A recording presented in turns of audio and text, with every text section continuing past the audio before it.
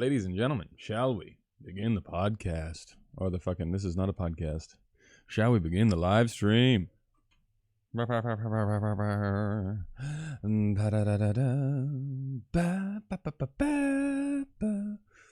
right, folks, how we doing? Now, this was significantly better than yesterday or the last week. Last week we started, I think, about 11 o'clock. This time's 10:15. And I'll tell you what the pain in the ass is that every time all of this gear goes out, like yesterday, we were on a job, and then I got to come back in and set it all up again. And inevitably, something breaks, something doesn't work, turns to shit, and there you go. 15 minutes down the toilet. All right, what do we got today? We are looking at a few things, and then we're going to go over some, I don't know if you guys saw, but over on Instagram, they've got this new little feature where people can ask you questions on stories, and then you respond to them, and then the question comes up in the story. It's all pretty nifty. It'll probably be dead by the end of the week, but we got some really interesting questions, so I thought I would go through a few of those and expand upon the one-word answers that I would give. That'll be fun. And then we'll also look at this. What do we got here? Should I switch to it? We'll also look at this little sequence here. Just these two people out in the field, which was shot by one of our very own, Andreas, I believe his name is, or hers. Never heard of Andreas. We'll talk about this too. This is what I shot yesterday, but not for now. Okay. Sorry. What should we start with? Should we start with the Patreon people? Should we look at the comments? All right, here we go. We got a bunch of people saying hello. Dan, what up? Toronto. Canadians. A couple of LA folk. Chicago. Ohio. Jesus. Spencer. What are you doing with your life out there, Spencer? Whew. Okay. Well, if you guys have got questions, I'm just going to go into this little thing that I was over on the Facebook group. If you are not a part of the Facebook group, good for you. Staying off of Facebook. But if you are a part, you can leave stuff in there, and from time to time, I'll go in there every week and I'll pick some stuff up. And I wanted to bring up this one because it's pretty interesting. There are a couple of different elements that pick up from what we've talked about on the show. And then there's one major thing that I probably would have changed, which is why I bring this up if I agreed with everything that they did. And I'm sure Andres has his own reasons for going the opposite direction of what I'm about to present. But this is my argument, I guess, if we were talking in lawyer speak, as to what I think we should have done here. Okay, so we've talked about it before, the sun sandwich, and I'm going to draw on this thing. Let's get I got my good pen back as well. Yeah, we should get some context. If Andreas is not here, I'll fill in the context. We'll make up a story about these two, and then I'll proceed to take over the creative. But Andreas, if you are in the chat, definitely let us know what you shot it on. How many people, how long were you here for, what the vibe was, what is it? It looks like a short film, judging by the age of the people. Don't think this would fly in the commercial world. So that's going to be my guess. And because it doesn't seem as though Andreas is here, we've only got two shots. These two, they're sitting in this field that was once owned by this girl's mother. Her mother was diagnosed with cancer. It's an upper, this story. And she's now admitting to her friend, right? Her friend feels sad for her because mom's got cancer. She's never going to sow these fields again. So she's feeling bad. She's feeling a little bit, well, you know, things could have gone better with the mother-daughter relationship. There's a little bit of remorse, but there's also thinking on what's ahead, the future. Who's going to take care of the farm? Okay, that's what she's thinking. And then in this one, she realizes she's in love with her best friend. So it is all happening out on this field. We got a bunch of different emotions. Hopefully that sets the mood for you. Eli, what makes it not work for a commercial? As in the people?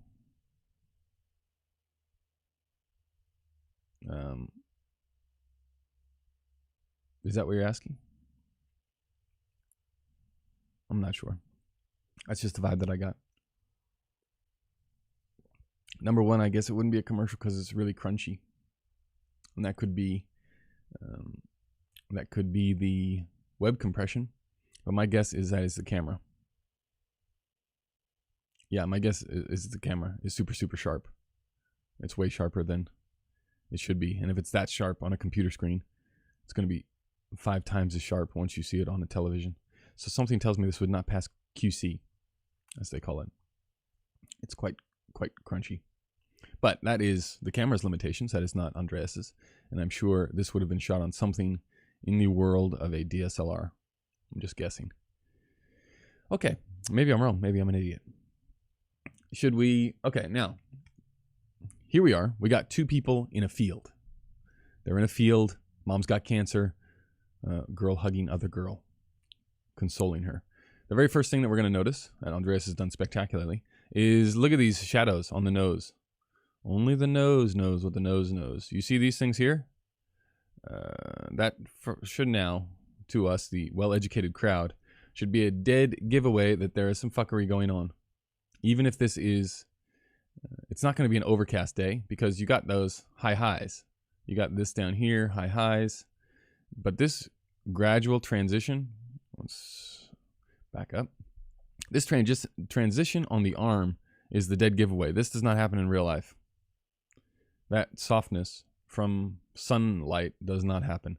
It would be more like this goes down here, shadow, shadow, shadow, shadow, shadow, shadow. It would look like that as opposed to this softness. So right away, there's some fuckery going on. But what's good is that our podcast people know now that you want to be shooting, even though we're shooting outside, the very first step, the very first thing we're going to do to orient these people is how are we going to be able to shoot into the shadow? So we're going to use the sun to our advantage, even though we're going to soften it with something, which he has. All right, even if you're going to have something here, you're going to have the sun up here, sun coming down this way, sun coming down and going to hit our people. Well, we don't want the camera. Let's see, camera is going to be blue. If we brought the camera around here, and we're now facing this way with it, now we are looking into the bright bits, and everything from this side of her face that you can't see, this side of her head, which is going to be more and more hair. Most people have hair on the back of their heads. That's going to be flat, and then it's going to be all the way flat until we reach right here, which if we rotate 3 or 4 steps that way, the whole thing's going to be flat. Now, I don't know what's back here. I don't know what's back here this way. I don't know if it's more trees, but let's, for this example, let's just say we are surrounded by trees all around. We just happen to be in the center of a donut, and around that donut is, well, not around the donut. We're in the center of the donut where there is no donut. The donut is this jungle life, okay? Just for argument's sake, because Andreas doesn't appear to be here to talk about this. As the camera rotates around, we're going to be shooting into jungle that is not dark like this, but is completely blasted with sunlight because the sun is going this way, which means the sun is still going this way once you get past these people, which means the background is going to be all lit up. So this is going to be way hotter, the background. So we're already in the shit. That is just leveling everything off. And let's see. I really got to get a better way of doing these scopes. So instead of having this variation down here in the darks, and then this little bump up here, and then these little things here, it would probably be, the curve would probably, oh, you can't draw on that thing? The curve would be up in this region, which would look like shit. So Andreas has done some very good things here. Let's give him credit for that. We've got the orientation correct. We've got the sun, and correct. This is, correct is a strong word, but this is what I like. We've got sun in the right direction. We're shooting into a dark background. The darkest we can find. We still have a little bit of highlight. Should probably change it. We still got a little bit of highlight back there. We got a little bit of highlight back here. We got nice composition. This is not competing with their heads or anything like that. We've set them in the right spot. Her eyes. Let's do the old dog's balls rule of thirds here. Ta-da. Oops. Ta-da. Ta-da. Oh, well done. We got this thing, it all lines up. Eyeball here where we want to look, that's where the focus is. So we're winning in that department. Now, if we talk about what's up here, my guess and I think I saw this in one of his photos, is this is a little tiny 4x4 frame. And that little 4x4 frame is just softening off the sun. That's giving us our wrap. Then over here, this feels, I mean, it feels pretty natural. The level of density on the face feels pretty natural. I don't know if you'd want to go too much darker, given how exposed the background is, and because you can't really change that background at all, except maybe in the grade, you could bring just this bit down, and then that would give you license to put up a closer neg. Again, I don't know if he's got neg up here, but it appears as though something is happening to the shadows because that contrast is a little bit more rich than it would be if it was just all by itself. So those are the good things. Got a real good frame, setting it up. We're in this medium shot. We've established who they are, what they're doing here. They're having this chit chat. Now, this is where things get a little bit different. We cut to this shot. Now we've gone from here to here. And this is your classic case of we don't have a whole lot of time. Or we're here for a whole lot of time. We don't have a whole lot of people to move very fast. So all of a sudden, the sun, which is, let's just look at our main, where the sun is actually hitting and where we're focused. The sun is coming from here, probably not even like this. This is the sun. And it's hitting our face here, right? This is where we want to be looking. Focus is there. Cut to this. Now, does anybody, who can spot the difference here? Ladies and gentlemen, let's play that game. Fuck, I almost made it through without saying ladies and gentlemen. This and this. If you were looking in the monitor, what would you be saying to the gaffer and the grip?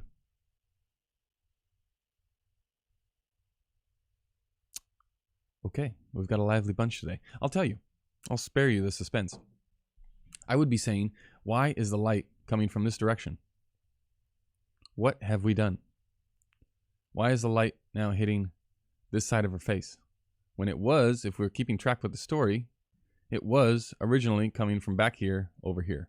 Now I know what you're saying. You're going to be saying you can't get this angle, Patrick, or else it's going to be completely front lit. If we just move the camera over here right now, you just talked about that for 5 minutes. This look is going to be completely front lit. The sun is going to be above the camera. It's going to be smashing down on them, and it's going to look like absolute shit. Is that what you would be saying? Well, I'd hope you'd say that because that's the right answer. So, what do? The answer is when you go in for the close-up shots.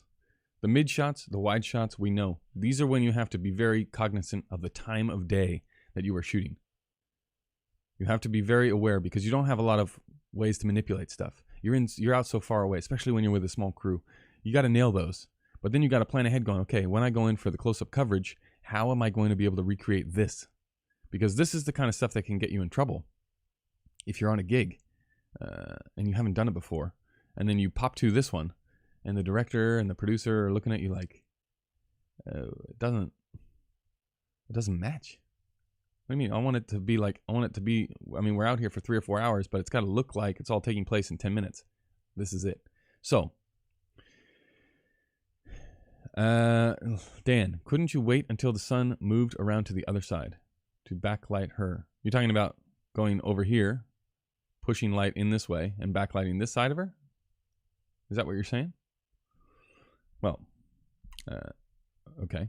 I guess it all depends on the level that you're working with, but any waiting, there's no such thing as waiting on a film set. There is no waiting for stuff to happen. That is your role. Your role is to make sure that you're not waiting, that you're not just sitting there doing nothing. You're in the middle of the field. You got to get these shot sequences. You've got 12 hours. You got 15,000 things to shoot. It's going to be very, very hard. And yes, exactly. Blue 4 Delta, and I think Ash is saying the same thing. You're going to want to rotate her, this conversation, if we've got this ring of donut, if we've got this ring of forest. And again, I don't know this is the case, but we have to go with it. If we have a ring of forest, you rotate. Keep this thing the same. Rotate, but you don't even have to rotate. It's not like you have to go 180 degrees. You almost got it here. And it's sort of the same idea that Dan just had of rotating the sun around so that it's of waiting. Instead of waiting, though, you're just rotating the people, hence the cheat.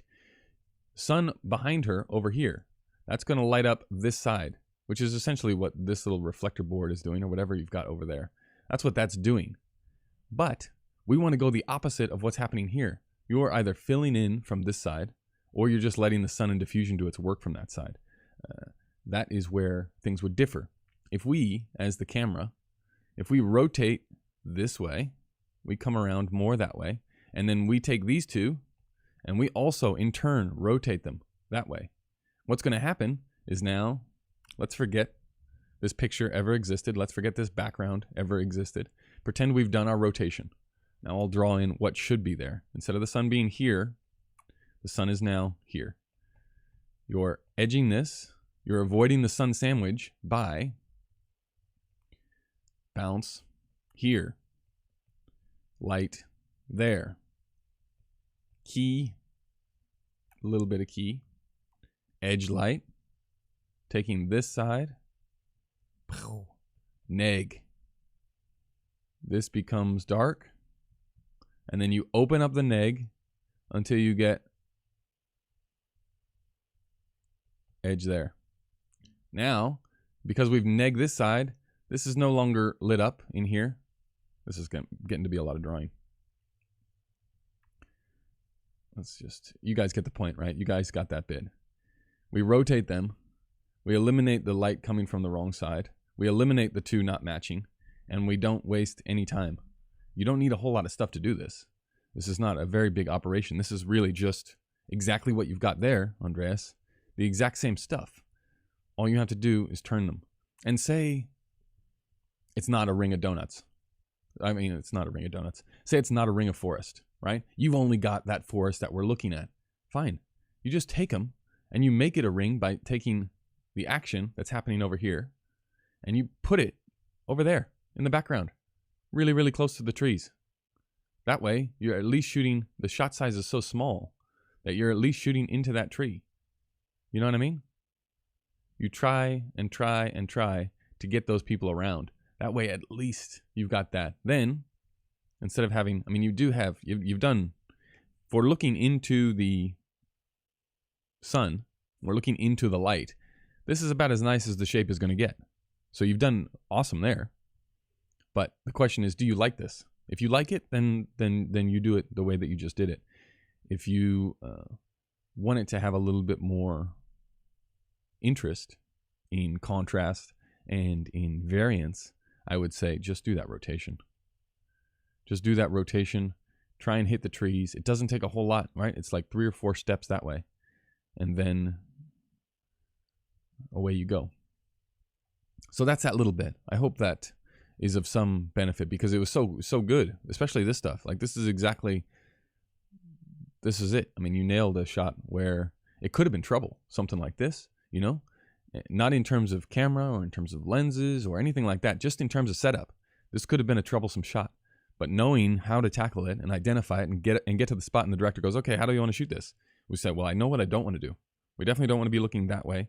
We definitely don't want to be looking into the front lit side. We want to use the light. Okay, it can't be backlit because, I don't know, there's buildings back here or a shitty thing back here. It can't be backlit. Well then, because this is not backlit, right? Let's erase all this stuff. Ta-da! This shot is not backlit, right? This is side lit. And even a little fronty side, right? Like 3/4 front, because the light is coming from over here, going that way. If it was backlit, you would have that second shot, which would be here, 2 bounce, which would be over here. The bounce would then make that, and then you'd have a little edge here. We don't have that, so this is definitely it's not single source. It is single source because the sun's only going that way. It's just it's less layers. There's only one layer, and it's a nice looking layer. So any type of diffusion you prefer to use to wrap the light. In this situation, outside, it appears to be like a high cloud, not a direct cloud, or it's a high cloud, or it's a direct cloud in Scandinavia or something. You want to go Not shower curtain light, because that's not going to be enough. You're still going to have those harsh shadows, but I would say a highlight or a half soft frost, which we've seen a bunch of times on the podcast. And the thing with overheads is no matter what the diffusion material is, the further away that you can get it from the people, the more natural it's going to look. If you put the thing, because you've seen that podcast episode where I talked about shooting in the backyard with the half soft frost, you can see that there is some fuckery going on with that image. There is something happening in that particular series of shots where you can feel the diffusion. The shadows don't normally look like that during the day.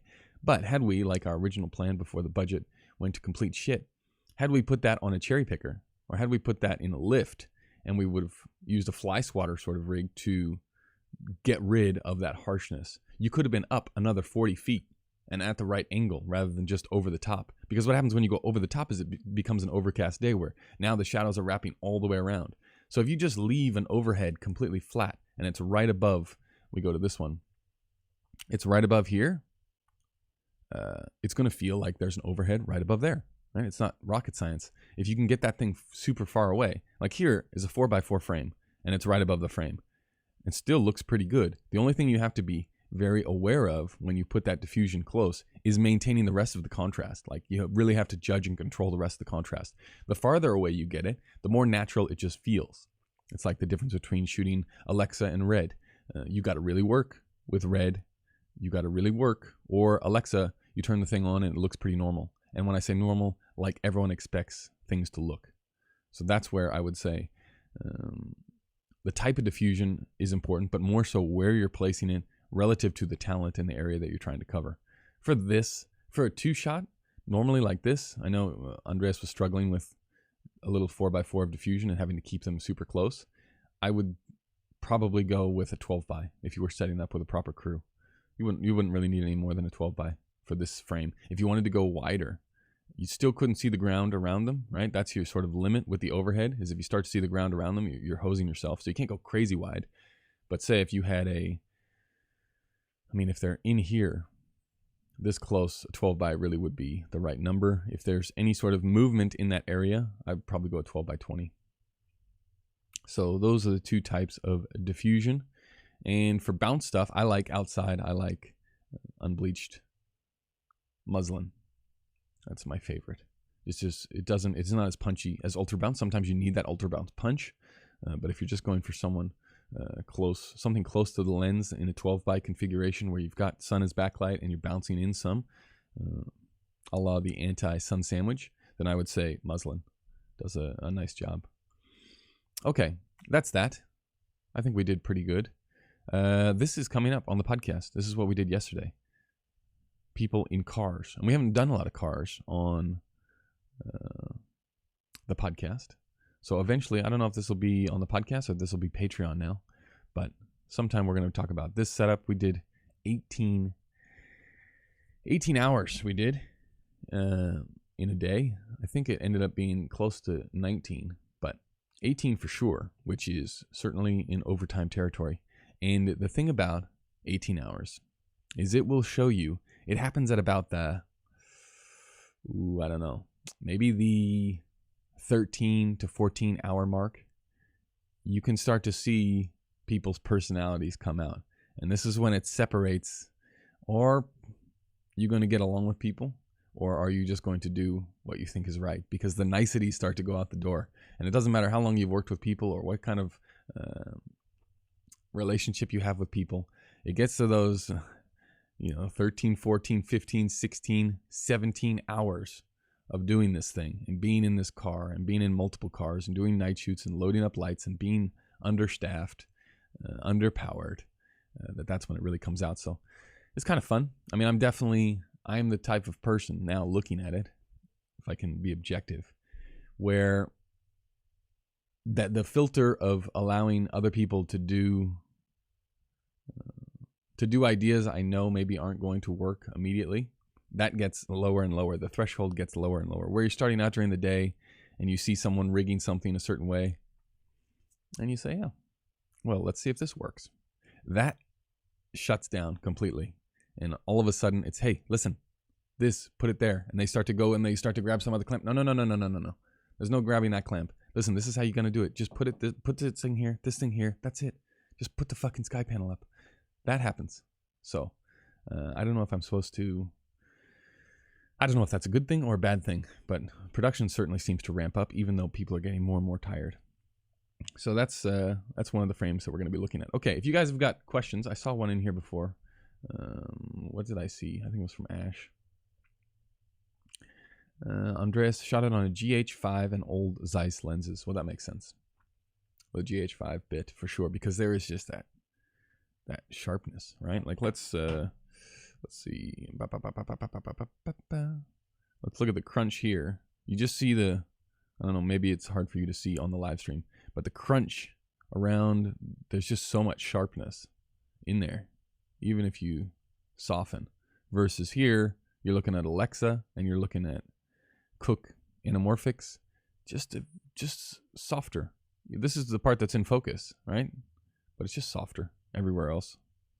It's just, there's none of those. I mean, this is actually a pretty sharp line, that one back there. But other than that, it's fairly soft is not bad, especially when you're shooting boring shit. Okay, let's go to, here we go, Ash Taylor. Not speaking for this example or this piece, but interestingly enough, there is a boatload of narrative work which makes use of broadside lighting. Just an interesting note. My guess would be because of the time.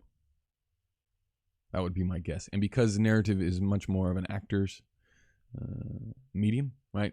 For cinematography or for commercial work, it is a lot about, and I think directors are well across this as well. It's a lot about making whatever product. Say yesterday's ad was for the council, the road safety, like people driving fast while texting or people just speeding too much, road safety, whatever it is.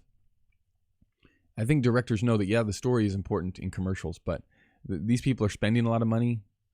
They've given you this treatment. They want it to look as good as possible. Maybe we make some sacrifices in order to get the best looking stuff.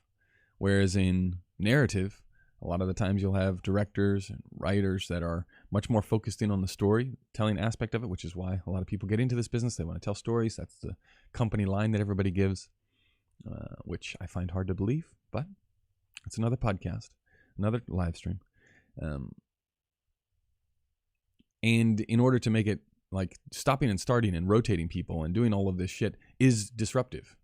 And there is a balance between, okay, when do I be disruptive? Well, if we're doing a Nike job and it's a montage commercial and this person's in it for 4 seconds and we're trying to make this whole thing look beautiful, I think you can be a little bit more demanding. It's very hard to wax lyrically about how these people were feeling in this car. They're in it for a few seconds. It's a fucking story. We're trying to build this world. We've got 30 seconds to do it. Let's make it as badass looking as we can. I don't know.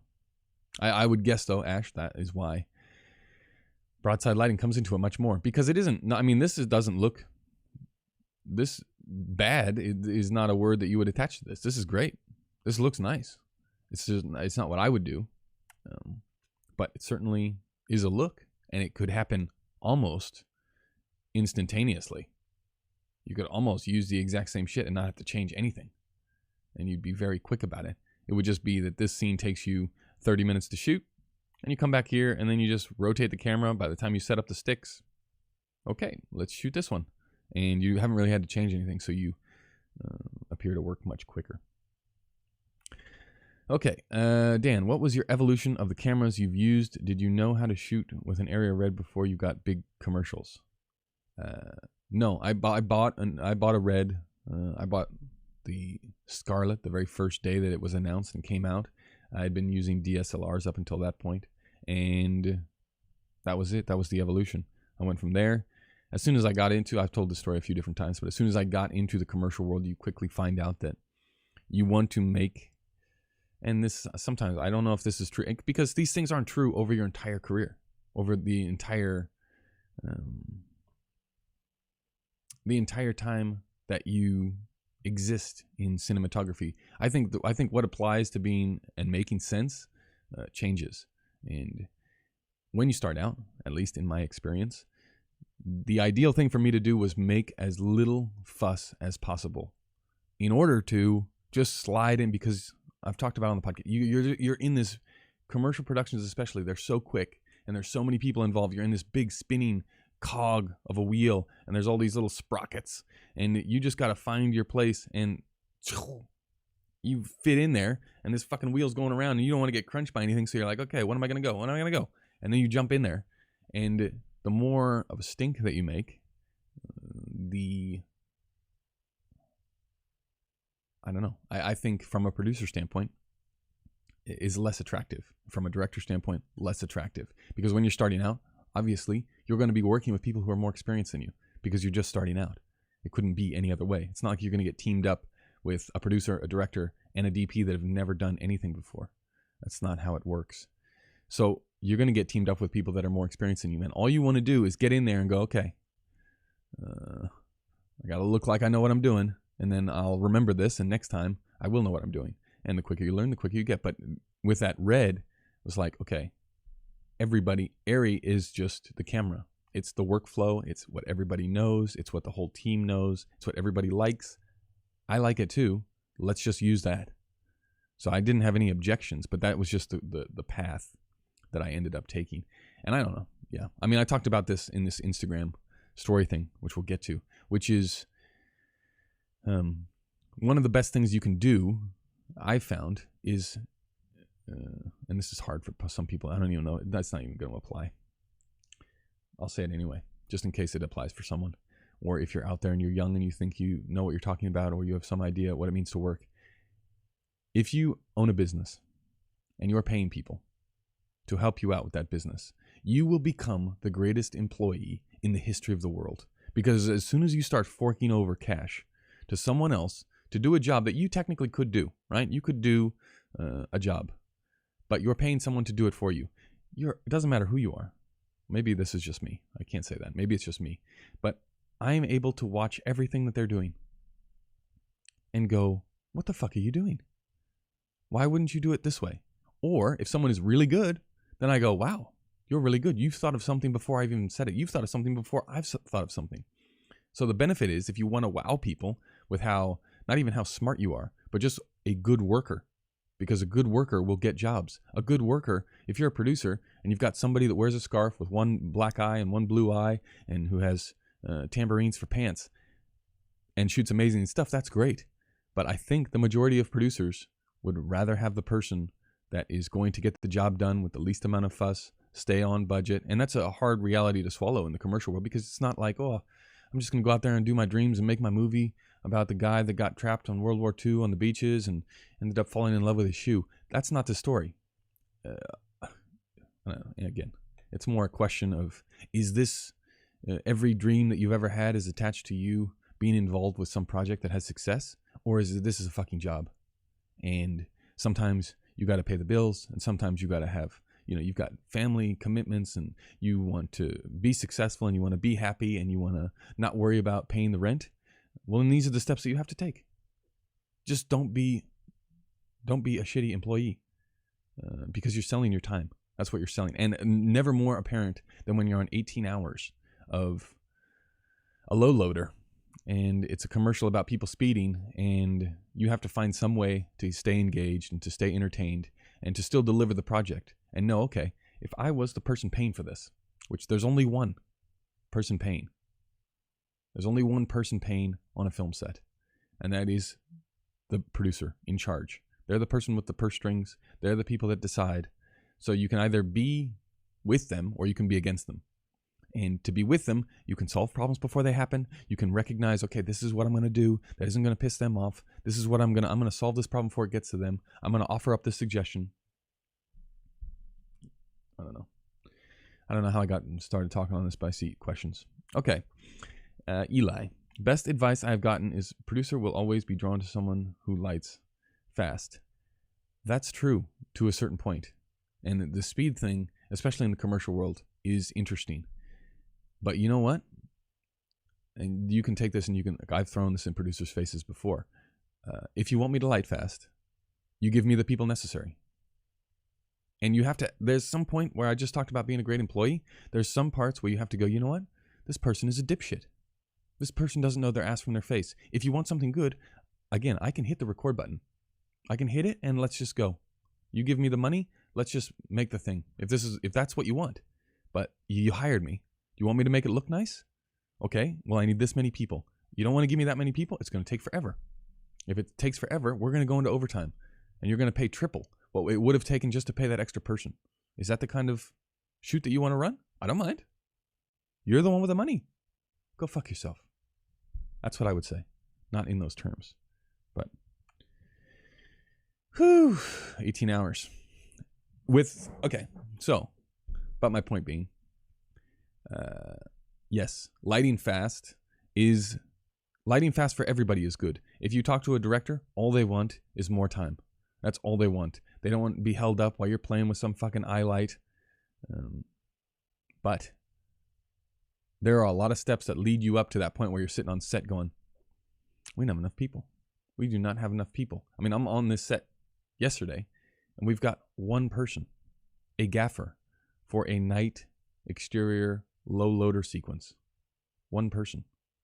I'm out there fucking best boying. I'm laying cables. I'm trying to go as fast as I can. I'm looking at the director going, what the fuck do you want me to do? There's no people.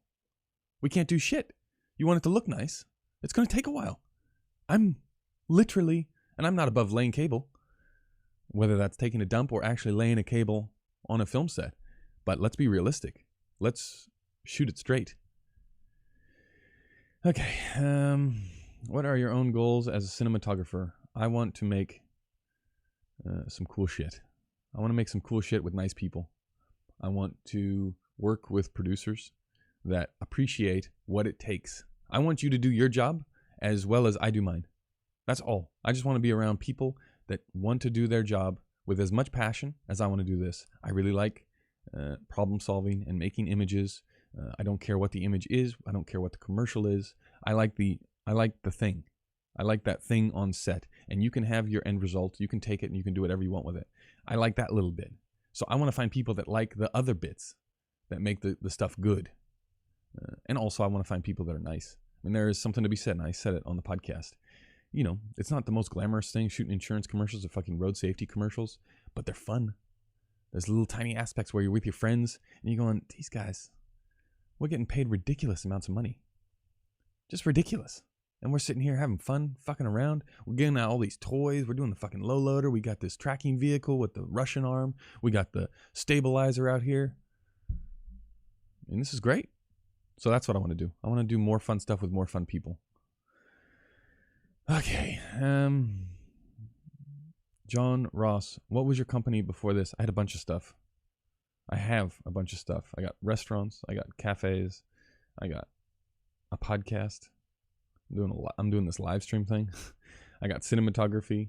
No, but I got started as a rugby player, but I've been through that story before. That was fucking 10 years of fun. Also teaches you the value of the marketplace, right? Knowing whether or not, this is another thing someone brought up on Instagram. How do you get paid more? You get paid more. The market is a very efficient arena. If you can deliver good results, you get paid good. And if you're not getting paid good, chances are you're not delivering good results. Find a way to make it better, and people will find you. Okay, here we go. Doing stuff you do just to pay the bills. I think you got to have a balance of both. This is Eddie's purpose. Doing stuff you do just to pay the bills. I don't know. Yeah. I mean, I hear people say that. Doing stuff. I've never been. I guess it depends what you're interested in cinematography. If you are one of those people that grew up watching Jaws and Jurassic Park and you want to go out there and you want to tell a story so that people will come and give you hugs at film festivals and you'll feel all warm inside that you shaped their life. Yes. Do some stuff that pays the bills, then do that. But if you're someone that likes the actual, even on the most boring of sets or jobs, there's always things to be tackling and to be overcoming. I think that's the part that I'm drawn to more so than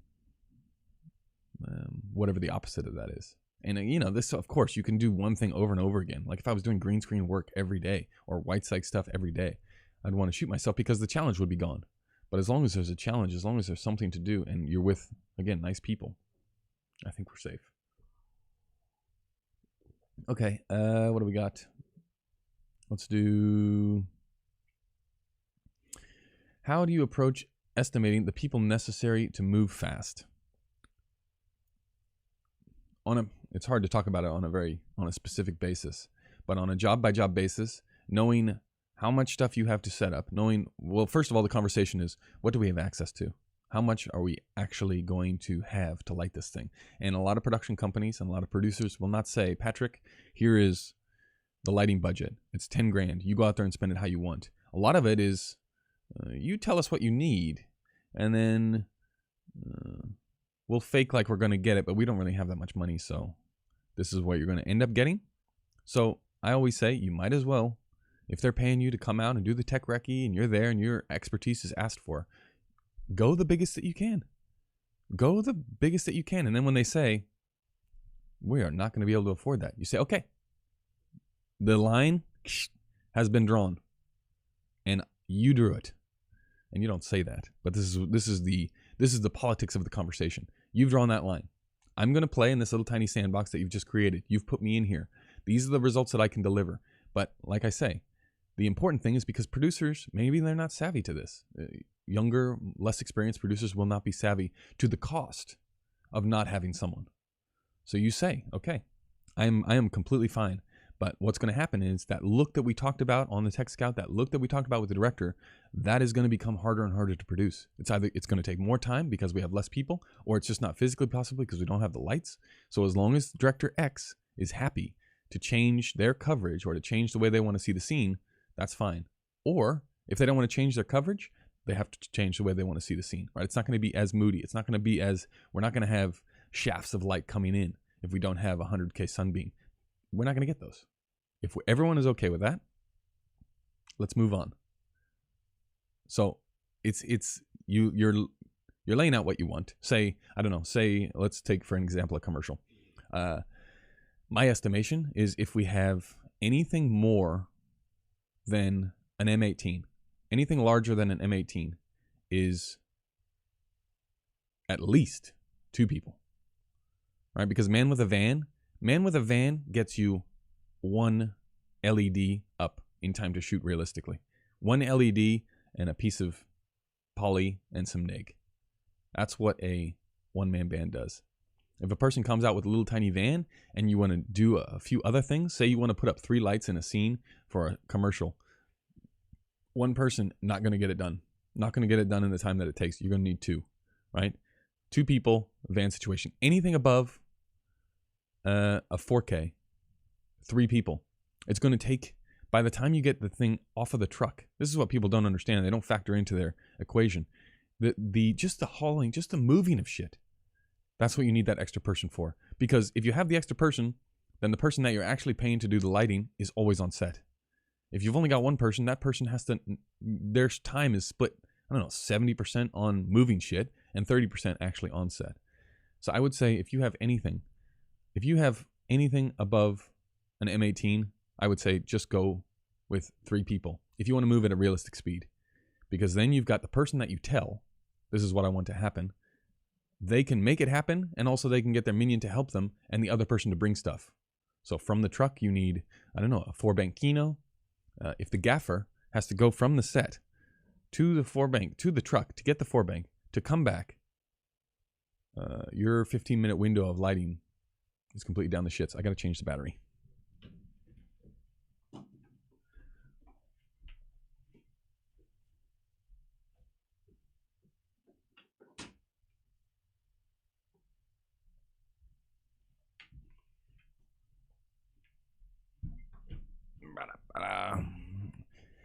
Okay. What did I do with that pen?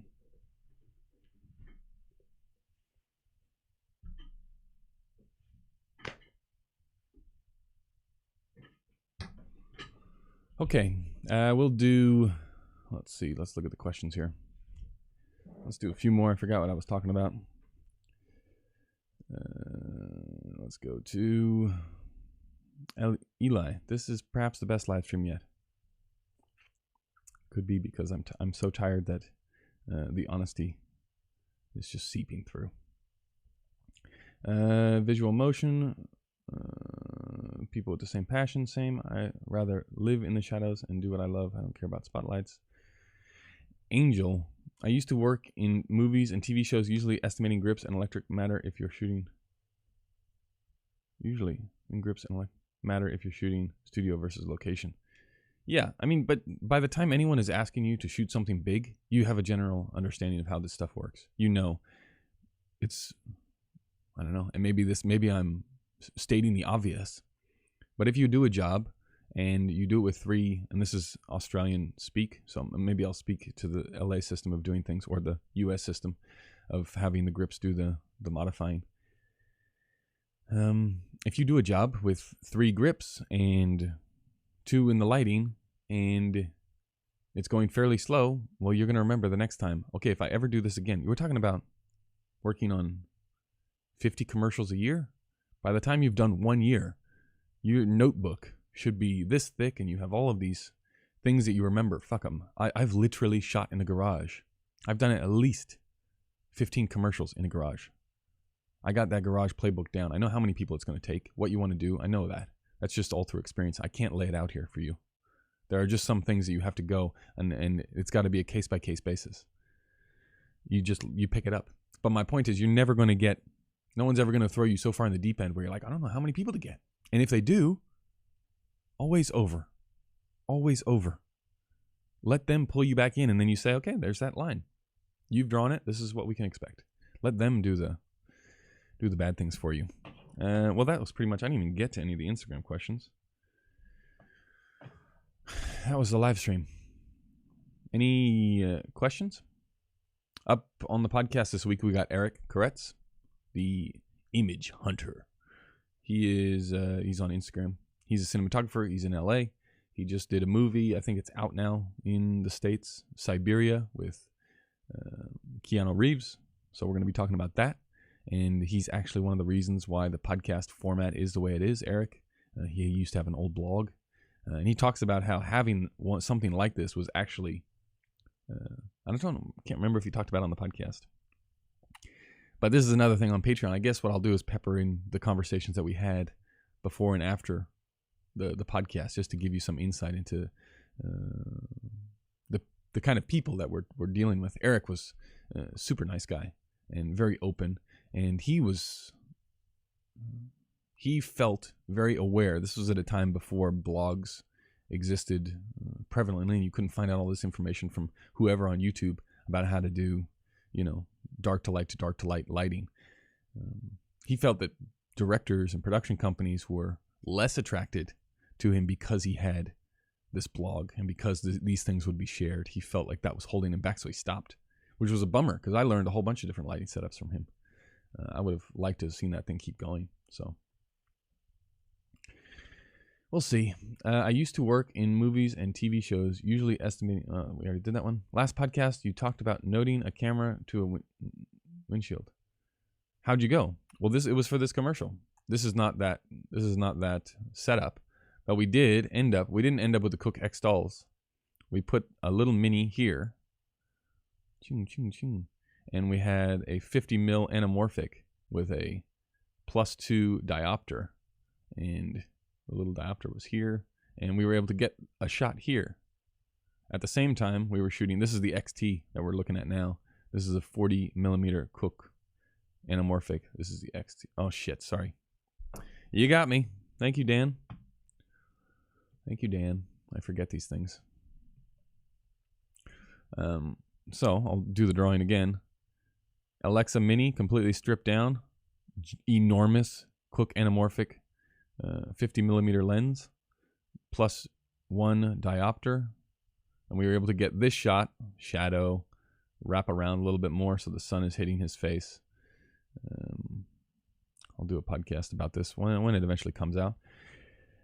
So that was where we ended up fitting in the thing, and the tricky part about setting up that Cooke, or the whole thing about measuring out the area that we were going to have and the space and whether or not it was going to fit in here, is we were going to use a Cooke X doll lens, which is anamorphic based off the Cooke Series 2 lenses.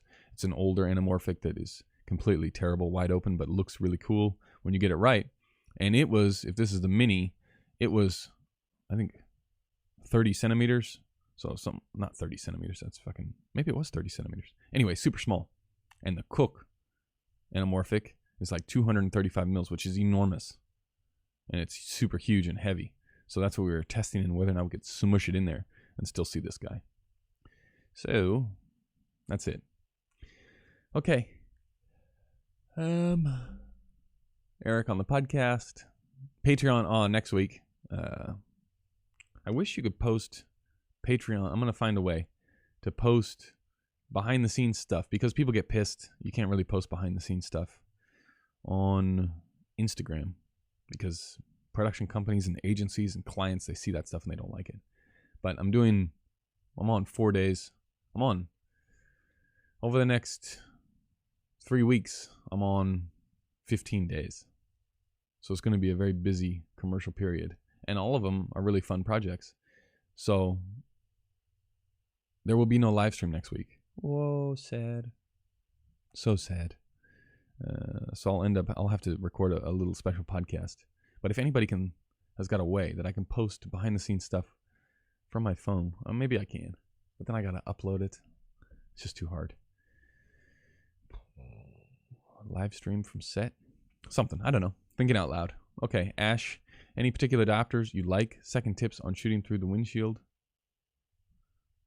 I've heard all sorts of things. Well, I can tell you. I'll ruin the podcast for you. This is all natural light. The thing that the easiest way, especially this is, what do they call it? We didn't have complete road closure. So this was not a low loader. This was just a hostess tray. So then that means you have to keep everything inside the vicinity of the car, right? You can't have like sky panels hanging out way out here lighting this thing.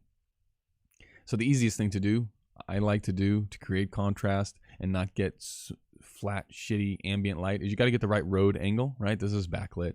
We looked for this road. We got it. You got to get that. And